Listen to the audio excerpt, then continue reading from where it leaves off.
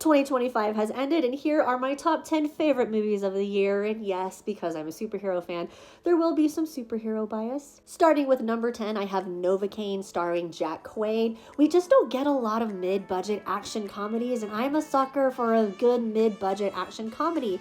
Plus, this film has a really good romance that really does elevate the motives of our protagonist, played by Jack Quaid.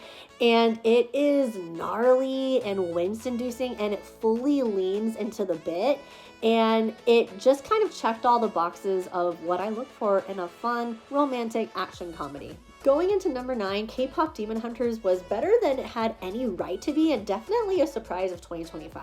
As somebody that is half Asian and somebody that is a fan of Blackpink and K-pop and whatnot, this was just a fantastic movie about self-acceptance with a wonderful soundtrack, and I think has earned its place in the pop culture phenomenon that it has become. Flying into number 8 is the Fantastic Four First Steps, and when it comes to the Fantastic Four films, the bar was in the basement. So it was great to see a fully formed Fantastic Four film come to life, and even though I did have my issues upon first watch when it came to the character arcs and whatnot of everybody, I do think that this is a return to form for Marvel and one that can be enjoyed as a standalone project, plus the production design and the cinema score.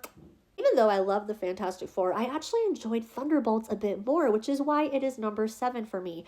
I think it has a bit more grounded action, which is more my taste.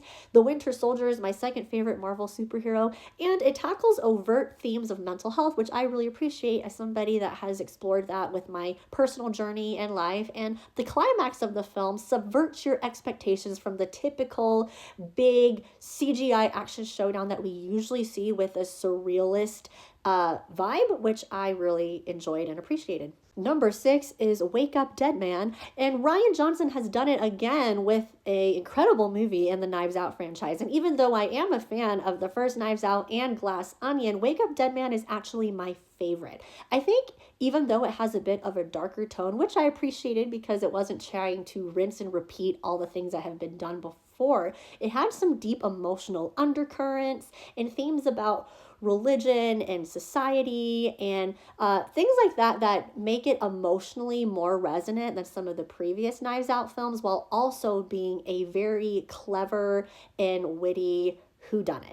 And going into the top 5 with number 5, James Cameron, always killing it with these Avatar films. I really enjoyed Avatar Fire and Ash. I've always been a fan of the Avatar films, and they all kind of stand in the same realm for me. I think the first one is still my favorite, in spite of the fact that it is a formulaic story. It's also the shorter one of the runtimes of the other ones. But Avatar Fire and Ash, I think I actually enjoyed it a bit more than the second one, mainly because of more action and more follow-up from the events of what happened in Way of Water. A bit less roaming around in the water and a little bit more explosions and punching. Going into number 4 is Zootopia 2. And look, if you told me last year that Zootopia 2 was even going to make my top 10, I probably would have laughed at you. But no, it's in my top 5. This sequel lives in among the sequels that I believe are actually better than the original. It found a way to expand the universe of Zootopia even further with new climates and biomes, and it's still a buddy cop adventure, which I'm a sucker for, and it also was a more emotionally mature story between the friendship of Nick Wilde and Judy Hopps. So, way to go, Disney. Going into number 3 is Weapons. And let me say, as a non-horror girly, this film exceeded my expectations because at the core, it is a mystery, but it unfolds in 3 separate chapters that are through different characters' perspectives. And it kind of leaves you on the edge of your seat of wanting to find out what this mystery is. And it does have scares, but it's also a dark comedy in a way. So this horror film exceeded my expectations, and I love how unconventional it is.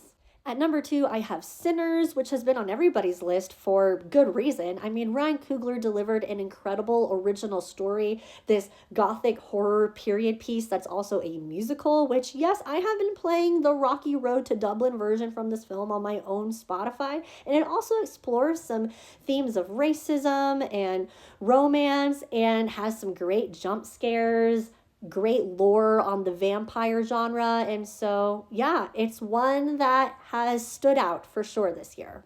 And coming in at number 1 is Superman. Now, is this film objectively better than the other ones on this list? No. It's ambitious and overstuffed, but as a person that is a Superman fan that has seen all sorts of Superman movies before, I really loved this version of the character. And I thought that the cast was amazing. I thought that the performances were near perfect, and I'm really excited to see what James Gunn does with the DCU moving forward.